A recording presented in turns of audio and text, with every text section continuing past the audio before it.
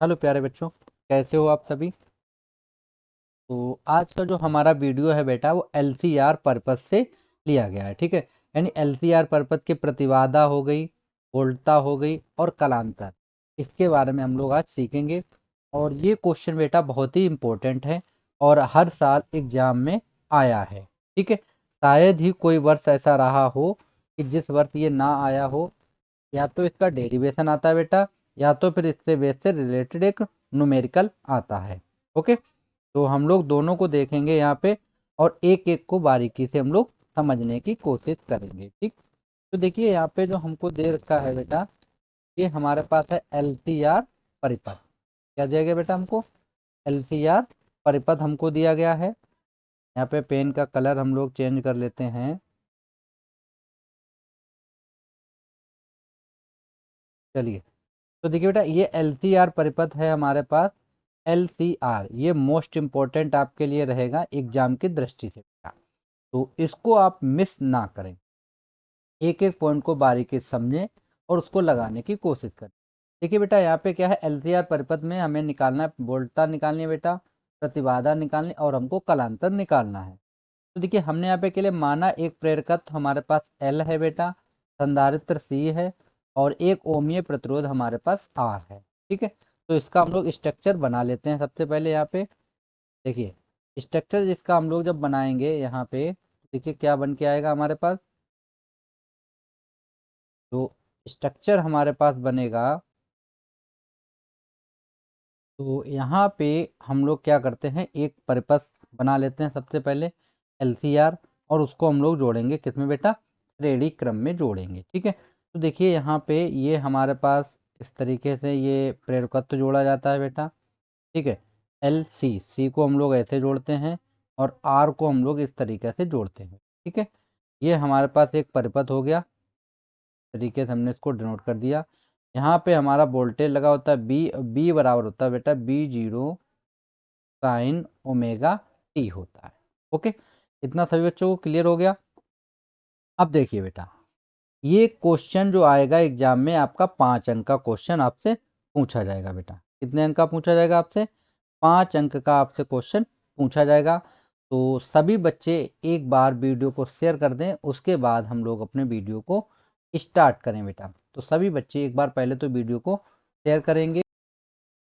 ये बेटा हमारे पास क्या हो गया यहाँ पे, ये एल हो गया, ये सी हो गया बेटा, और ये हमारे पास हो गया आर। ठीक है, अब हम लोग क्या करते हैं, इसमें हमारी जो धारा प्रवाहित होगी बेटा उसे हम दे देते हैं आई धारा प्रवाहित हो रही है। अब देखिए बेटा, एल सी आर तीनों का हम लोग अलग अलग विभवांतर निकालेंगे बेटा। ठीक है, तीनों का हम लोग विभवांतर निकालेंगे यहाँ पे। अब देखिए बेटा, यहाँ पे जो हमारी धारा प्रवाहित हो रही है, तो आप चित्र इस तरीके से बना लीजिए, एरो भी आप लगा लीजिए बेटा। ठीक है, इस तरीके से हमारी धारा प्रवाहित हो रही है। अब देखिए बेटा, सभी का जब हम लोग प्रतिरोध निकालेंगे, एल का भी प्रतिरोध निकालेंगे, सी का भी निकालेंगे और आर का। तो देखिए बेटा, आपने ओम का नियम देखा होगा, ओम के नियम से। अब ओम का नियम क्या होता है बेटा? आर बराबर आपने देखा होगा बी अपॉन आई। कितना होता है बेटा? बी अपॉन आई होता है। ठीक, तो यहाँ से अगर हम लोग देखें तो बी बराबर बेटा हो जाएगा कितना? आई आर हो जाएगा। कितना हो जाएगा? बी बराबर आई आर हो जाएगा। ये होता है बेटा हमारा ओम का नियम होता है। क्लियर? अब देखिए बेटा, ओम के नियम से हम लोग इन सभी का प्रतिरोध निकालेंगे। पहले एल का निकाल लेते हैं बेटा। तो इसका देखिए जो प्रतिरोध होगा बेटा, वो हमारे पास हो जाएगा एक्सएल। कितना होगा बेटा प्रतिरोध? प्रतिरोध को हम लोग यहाँ पे एक्सएल से दिखाएंगे, इसका हम लोग बेटा एक्स सी से दिखाएंगे, और इस वाले का प्रतिरोध हम लोग आर है तो आर ही हम लोग दिखा देंगे। क्लियर? अब देखिए यहाँ पे हम लोग लिखते हैं बेटा ओम के नियम से, तो हमारे पास क्या हो जाएगा बेटा? देखिए बी एल, यानी इसके बीच जो विभवांतर रहेगा बेटा बी एल, तो बी एल बराबर हो जाएगा बेटा आई, और आर की जगह आप क्या लिखेंगे बेटा? हम लोग एक्स एल लिखेंगे। कितना लिखेंगे? X L. तो ये हमारा हो जाएगा बेटा समीकरण नंबर 1। अब देखिए दूसरा हम लोग देखते हैं, तो ये हो जाएगा बी सी। तो देखिए बेटा, बी सी बराबर हो जाएगा हमारे पास आई एक्स सी, ये हो जाएगा समीकरण नंबर 2। अब देखिए इसी तरीके से हम लोग बी आर निकालेंगे बेटा, तो बी आर बराबर हमारे पास हो जाएगा आई आर, ये बन जाएगा बेटा समीकरण नंबर 3। क्लियर? अब हम लोग बेटा एक ग्राफ बना लेते हैं। ठीक है, ये हमारे पास बी एल है, बी सी और बी आर, इनके लिए हम लोग एक ग्राफ बनाएंगे यहाँ पे। तो देखिए यहाँ पे जब हम लोग एक ग्राफ बनाएंगे तो ग्राफ इस तरीके से बनेगा।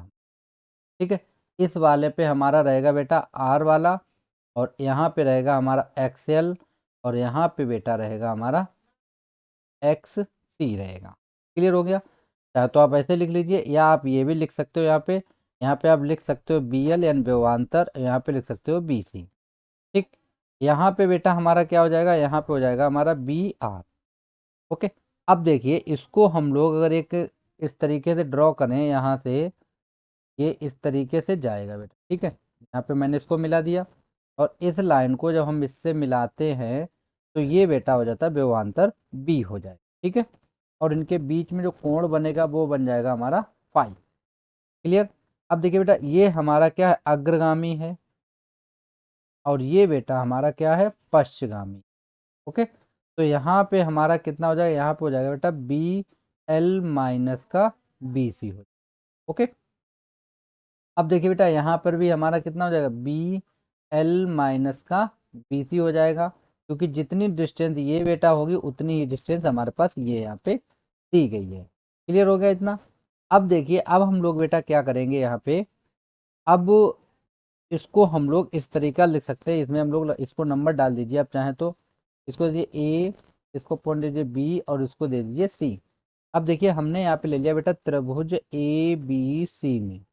ठीक है, ए बी सी में हम लोग लगाएंगे यहाँ पे पाइथागोरस प्रमेय। तो पाइथागोरस प्रमेय हम लोग लगाएंगे यहाँ पे, तो देखिए हमारे पास क्या हो जाएगा बेटा, ये रहेगा हमारा कर्ण, तो ये हो जाएगा बेटा ए बी का स्क्वायर बराबर हो जाएगा बेटा ए सी का स्क्वायर, और प्लस बेटा हो जाएगा बी सी का स्क्वायर हो जाएगा। क्लियर? अब देखिए ए बी का बेटा है बी स्क्वायर, तो बी स्क्वायर लिख लिया हमने इसको। ए सी हमारे पास दिया गया बेटा कितना, बी आर हमको दिया गया, कितना दिया गया बेटा, बी आर हमको दिया गया, तो हम लोग यहाँ पे लिख लेते हैं बी आर। ओके, तो ये हो जाएगा बेटा बी आर का स्क्वायर, प्लस बी सी हमारे पास है बेटा बी एल माइनस का बी सी, तो इसका स्क्वायर। क्लियर हो गया बेटो? अब देखिए बेटा इसी को हम लोग अगर थोड़ा सा और हल करते हैं तो हम इसको ऐसे लिख सकते हैं। देखिए बेटा बी आर का स्क्वायर, यहाँ पे देखिए जरा हमने क्या वैल्यू निकाली थी बेटा, ये हमने जो वैल्यू निकाली है बी एल बराबर आई एक्स एल, बी सी बराबर आई एक्स सी, बी आर बराबर आई आर, ये वैल्यू यहाँ पे हम लोग पुट कर देते हैं। तो देखिए बी आर है बेटा, तो हम यहाँ पे लिखेंगे आई आर का स्क्वायर हो जाएगा बेटा, प्लस बी एल है तो हो जाएगा बेटा एक्स एल, माइनस हो जाएगा बेटा एक्स सी का होल स्क्वायर। क्लियर हो गया इतना? अब देखिए आई इनके साथ था, तो आई को हम लोग लिख देते हैं यहाँ पे इंटू लगा के आई स्क्वायर। ओके, इसके साथ ही में था। अब देखिए इसको हम लोग लिख सकते हैं बेटा आई स्क्वायर और आर स्क्वायर, प्लस बेटा हो जाएगा यहाँ पे आई स्क्वायर और एक्स एल माइनस एक्स सी का होल स्क्वायर। अब देखिए यहाँ से आई स्क्वायर बेटा हमारा कॉमन है, तो आई स्क्वायर कॉमन कर लेंगे तो यहाँ कितना बचेगा बेटा, आर स्क्वायर बचेगा बेटा, प्लस बचेगा यहाँ पे एक्स एल माइनस का एक्स सी का होल स्क्वायर। ओके, इक्वल में कितना है बेटा, बी स्क्वायर है। ठीक है, अब देखिए इसको हम लोग बी स्क्वायर को अपान में भेज देंगे तो हो जाएगा बी स्क्वायर अपान में हो जाएगा बेटा आई स्क्वायर। ओके, इक्वल रहेगा आर स्क्वायर प्लस बेटा हो जाएगा एक्स एल माइनस का एक्स सी का होल स्क्वायर हो गया। इतना सभी बच्चों को क्लियर हो गया होगा? अब देखिए बेटा इसको हम लोग इस तरीका लिख सकते हैं, यहाँ पे लिख लेते हैं हम लोग पी अपॉन आई का क्या हो जाएगा बेटा, होल स्क्वायर हो जाएगा। इक्वल में जो बचा है हमारे पास, इक्वल में कितना बचा बेटा, इक्वल में आर स्क्वायर प्लस एक्सएल, तो इसको हम लोग लिख लेते हैं यहाँ पे। चलिए यहाँ पे हो जाएगा हमारे पास कितना है, R square, R square plus बेटा हो जाएगा एक्सएल माइनस एक्स सी का होल स्क्वायर हो गया। ठीक है, अब देखिए बेटा यहाँ पे हमारा जो आर है, आर बराबर होता है बेटा बी अपान आई, तो ये एक तरीके से आर की वैल्यू है बी अपान आई बेटा, लेकिन यहाँ पे हम आर ना लिख के क्या लिखेंगे, हम लोग जेड लिखेंगे। क्या लिखेंगे, जेड। ठीक है, क्या लिखेंगे, जेड। और जेड जो बेटा हमारा यहाँ पे इसे हम बोलते हैं प्रतिबाधा। क्या बोला जाता है इसको, प्रतिबाधा है ओम ही, लेकिन इसे आर ना लिख के हम लोग जेड से निरूपित करते हैं। ओके, इक्वल में बेटा कितना हो गया हमारे पास, आर स्क्वायर हो गया प्लस एक्सएल माइनस हो जाएगा एक्स सी का होल स्क्वायर। ठीक है बेटा। अब देखिए इसको आप z बराबर निकालेंगे तो बेटा आ जाएगा आपके पास आर स्क्वायर प्लस हो जाएगा बेटा एक्स एल माइनस एक्स सी का होल स्क्वायर, और इसके ऊपर आ जाएगा बेटा अंडर रूट। ओके। अब देखिए बेटा जितना मैंने आपको बताया है ये हो गया हमारा प्रतिबाधा, यानी कि ये बन चुका है फार्मूला। ओके, इसको आप सभी बेटा नोट कर लीजिए। ये हमारी क्या निकल आई है बेटा, प्रतिबाधा निकल आई है। ओके, एक पॉइंट हमारा आ गया, प्रतिबाधा आ चुकी है। अब बेटा हम लोग यहाँ पे निकालेंगे, इसको हम लोग ऐसे भी लिख सकते हैं, देखिए फार्मूला समझते जाइए बेटा। एक्सएल बराबर होता है बेटा ओमेगा एल, ठीक है, और एक्स सी बराबर होता है बेटा 1/ओमेगा सी होता है। ठीक है, तो यहाँ पे वैल्यू रख लीजिए आप सभी। देखिए जब यहाँ पे हम लोग वैल्यू रखेंगे बेटा तो देखिए हमारे पास क्या आएगा, यहाँ पे आ जाएगा जेड बराबर आ जाएगा बेटा अंडर रूट, ये हो जाएगा आर स्क्वायर प्लस एक्सएल की जगह पे लिखेंगे ओमेगा एल, माइनस हो जाएगा बेटा 1/ओमेगा सी का होल स्क्वायर हो जाएगा बेटा। ये भी हमारा किसका सूत्र रहेगा, प्रतिबाधा का ही फार्मूला रहेगा बेटा। ओके, इतना सभी बच्चों को क्लियर हो गया होगा। किसी बच्चे को अगर कोई डाउट है तो बच्चा पूछ सकता है। ये जो हमारी निकली है बेटा, ये हमारी क्या निकल के आई है, प्रतिबाधा हमारी आ गई है। कितनी निकली है हमारी प्रतिबाधा। अब देखिए हमें क्या निकालना बेटा, प्रतिबाधा निकाल चुके हैं, बोलता है कलांतर निकालना है। तो देखिए कलांतर बेटा क्या होता है, यहाँ पे हेडिंग डाल लीजिए आप कलांतर के लिए। अब देखिए बेटा कलांतर होता है हमारा टेन फाई बराबर बेटा फार्मूला होता है बी एल, अब माइनस का हो जाएगा बेटा बी सी अपॉन में बी आर। ओके, अब देखिए बेटा बी एल हमारा होता है क्या, आई एक्सएल होता है, माइनस होता है बेटा आई एक्स सी अपॉन में बेटा हो जाएगा कितना आई आर। अब देखिए आई ऊपर से कॉमन हो जाएगा बेटा, तो यहाँ बचेगा एक्सएल माइनस का एक्स सी अपॉन में आई आर। अब देखिए आई से आई कैंसिल, यहाँ से कितना निकल के आ गया बेटा हमारे पास टेन फाइव बराबर हमारे पास आ गया एक्सएल माइनस एक्स सी अपॉन में बेटा आर आ गया। ठीक है, तो ये हो गया बेटा हमारे पास कलांतर हो गया। ठीक है, अब कलांतर इसमें बेटा फाई है, इसी को हम लोग ऐसे भी लिख सकते हैं टेन फाइव बराबर एक्सएल, जब क्या लिखेंगे हम लोग ओमेगा एल माइनस हो जाएगा बेटा 1/ओमेगा सी अपॉन में आर हो जाएगा। ठीक, इस तरीका से भी आप लिख सकते हो, इसको भी आप ब्रैकेट में बंद कर लीजिए।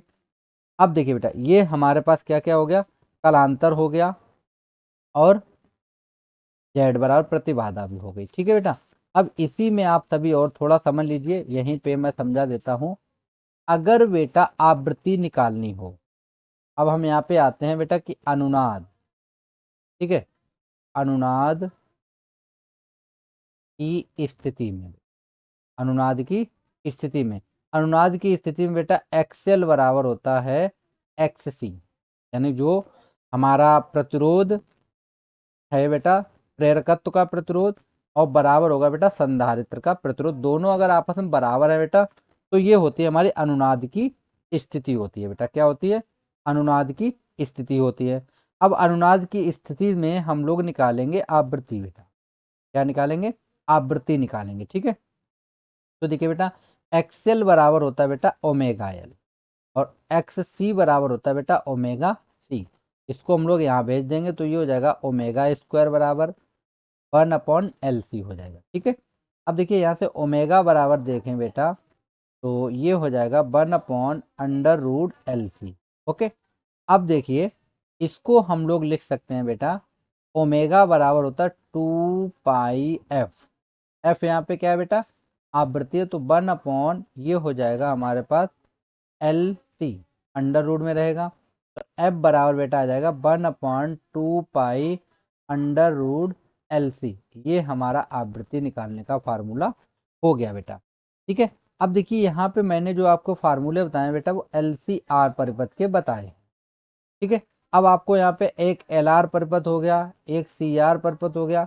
अब आपको जिसका भी निकालना है बेटा, अब जैसे मान लीजिए यहाँ पे आपको प्रतिबाधा निकालनी थी किसकी, एल आर परिपथ, किसकी, एल आर पर, तो सी वाले को आप हटा दीजिए, आपका एल आर परिपथ की आ जाएगा यहाँ पे निकल के। समझ आ गया बच्चों, आई होप जितना मैंने आपको समझाया है बेटा उतना आपको क्लियर हो गया होगा।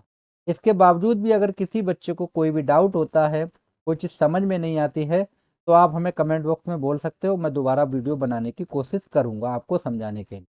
ठीक है। वैसे ये अंक जो आपको दिलाएगा एग्जाम में, 5 अंक आपको कन्फर्म दिलाने वाला है। तो इसको आप सभी बच्चे अच्छे तरीके से तैयार कर लें। ओके बच्चों।